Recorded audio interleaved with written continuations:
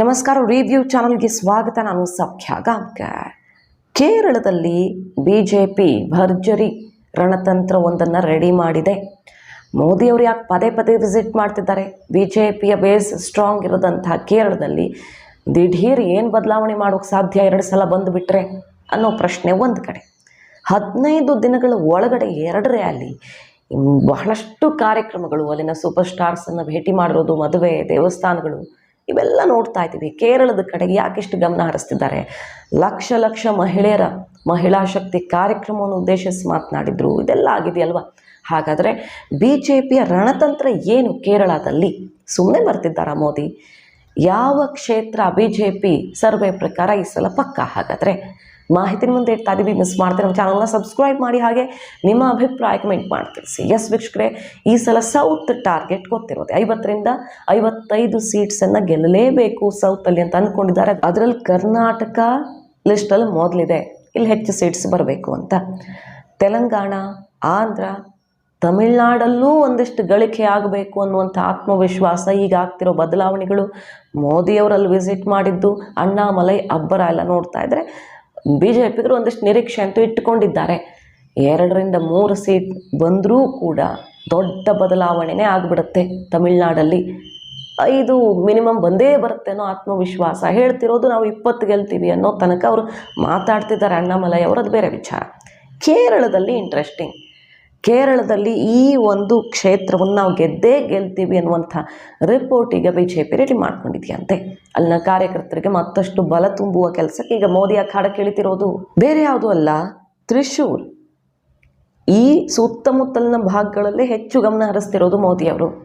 ಹಿಂದಿನ ಚುನಾವಣೆಯಲ್ಲಿ B J ಪಿಗೆ ವೋಟ್ ಶೇರ್ ವಿಚಾರದಲ್ಲಿ ಲಾಭ ಆಗಿದೆ ಅನ್ನೋ ರಿಪೋರ್ಟ್ ಸಿಕ್ಕಿದೆಯಂತೆ. ಹಾಗಾಗಿ ಇದನ್ನು ಈ ಸಲ ಗೆಲ್ಲಲೇಬೇಕು ಅಂತ ಅಭ್ಯರ್ಥಿಯನ್ನು ಫೈನಲ್ ಮಾಡ್ಕೊಳ್ತಾ ಬಿ ಜೆ ಪಿ ಬೇರೆ ಯಾರೂ ಅಲ್ಲ, ನರೇಂದ್ರ ಮೋದಿಯವರು ಮದುವೆಗೆ ಅಂತ ವಿಸಿಟ್ ಮಾಡಿದ್ರಲ್ಲ ಸುರೇಶ್ ಗೋಪಿ, ನಟ, ಈಗ ರಾಜಕಾರಣಿಯೂ ಆಗಿರುವಂಥ ಸುರೇಶ್ ಗೋಪಿ ಅವರೇ ಅಭ್ಯರ್ಥಿ ಆಗ್ತಾರೆ ಅನ್ನುವಂಥ ವಿಚಾರ ಕೇಳಿ ಬರ್ತಾ ಇದೆ.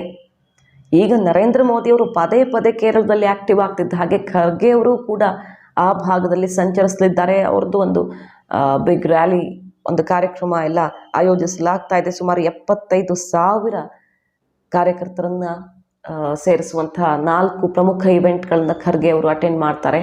ಮೋದಿಯವರು ಆ್ಯಕ್ಟಿವ್ ಆಗ್ತಿದ್ದ ಹಾಗೆ ಕಾಂಗ್ರೆಸ್ ಕೂಡ ಅಲರ್ಟ್ ಆಗಿದೆ. ಅಷ್ಟರ ಮಟ್ಟಿಗೆ ಮೋದಿ ಮತ್ತು ಬಿ ಜೆ ಪಿ ರಣತಂತ್ರವನ್ನು ರೆಡಿ ಮಾಡಿರೋದು ಈ ಸಲ ಕೇರಳದಲ್ಲಿ. ನಂಬರ್ 1 ವಾಯನಾಡು. ಅಲ್ಲಿ ರಾಹುಲ್ ಗಾಂಧಿ ನಿಂತರೆ ಸೋಲಿಸಲೇಬೇಕು. ಪ್ರಭಾವಿ ನಾಯಕನೊಬ್ಬನನ್ನು ಅಲ್ಲಿ ರಾಹುಲ್ ವಿರುದ್ಧ ಸ್ಪರ್ಧೆಗಿಳಿಸೋದು.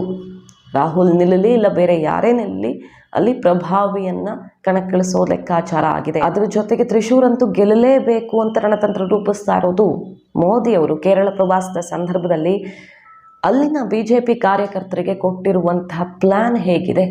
ಬೂತ್ ಗೆದ್ದರೆ ನಾವು ಕೇರಳ ಗೆದ್ದಂಗೆ, ದೇಶ ಗೆದ್ದಂಗೆ. ಯಾವ ರೀತಿ? ಹಾಗಾದರೆ ನಿಮ್ಮ ಹತ್ರ ಲಿಸ್ಟ್ ರೆಡಿ ಇರಬೇಕು. ಬೆನಿಫಿಷರೀಸ್ ಯಾರಿದ್ದಾರೆ, ನಮ್ಮ ಕೇಂದ್ರದ ಯೋಜನೆಗಳ ಫಲಾನುಭವಿಗಳು ಯಾರಿದ್ದಾರೆ, ಕೈ ಬೆರಳ ತುದಿಯಲ್ಲಿರಬೇಕು ನಿಮಗೆ ಲಿಸ್ಟ್ ಯಾವತ್ತು. ಬೂತ್ ಲೆವೆಲಲ್ಲಿ ಪ್ರತಿಯೊಂದು ಏರಿಯಾದಲ್ಲೂ ನೀವು ಅವರ ಮನೆಗೆ ತೆರಳಿ ಯೋಜನೆಗಳಿಂದ ಏನು ಲಾಭ ಆಗಿದೆ, ಅವರ ಬದುಕು ಹೇಗೆ ಬದಲಾಗಿದೆ ಅನ್ನೋದನ್ನು ಈ ಕ್ಷಣದಿಂದನೇ ಕಾರ್ಯಾಚರಣೆ ಚುರುಕುಗೊಳಿಸಬೇಕು. ಅವರನ್ನು ತಲುಪಬೇಕು. ಮೋದಿ ಕಿ ಗ್ಯಾರಂಟಿ ವಾಹನದ ಬಳಿ ಅವ್ರನ್ನ ಕರ್ಕೊಂಡು ಬರಬೇಕು. ಅಂದರೆ ಭರವಸೆ ಕೊಟ್ಟ ಮೇಲೆ ನಾವು ಈಡೇರಿಸ್ತೀವಿ ಅನ್ನುವ ನಮ್ಮ ಘೋಷವಾಕ್ಯ ಅವರಿಗೆ ನಿಜ ಸ್ವರೂಪದಲ್ಲಿ ಅರ್ಥ ಆಗಬೇಕು. ಅವರ ಬದುಕಲ್ಲಿ ಬದಲಾವಣೆ ತಂದಿದೆ ಅನ್ನೋದು ಕನ್ವಿನ್ಸ್ ಆಗಬೇಕು. ಆ ಕೆಲಸ ನಿಮ್ಮದು ಅನ್ನೋದನ್ನು ಕಾರ್ಯಕರ್ತರನ್ನು ಹುರಿದುಂಬಿಸಿ ಮಾತಾಡ್ತಿರೋದು ಮೋದಿ. ಅಷ್ಟೇ ಅಲ್ಲ, ಈಗ NDA ಒಂದು ಕಾರ್ಯಕ್ರಮವನ್ನು ಹಮ್ಮಿಕೊಂಡಿದೆ ಕೇರಳದಲ್ಲಿ. ರ್ಯಾಲಿ ನಡೆಸುತ್ತೆ, ಯಾತ್ರೆಯನ್ನು ನಡೆಸುತ್ತೆ, ಪಾದಯಾತ್ರೆ. ಜನವರಿ 27ರಂದು JP ನಡ್ಡಾ ಅವರು ಈ ಪಾದಯಾತ್ರೆಯಲ್ಲಿ ಭಾಗಿಯಾಗ್ತಾರೆ. ಸುಮಾರು 25,030 ಕಾರ್ಯಕರ್ತರು ಹೆಜ್ಜೆ ಹಾಕಲಿದ್ದಾರೆ.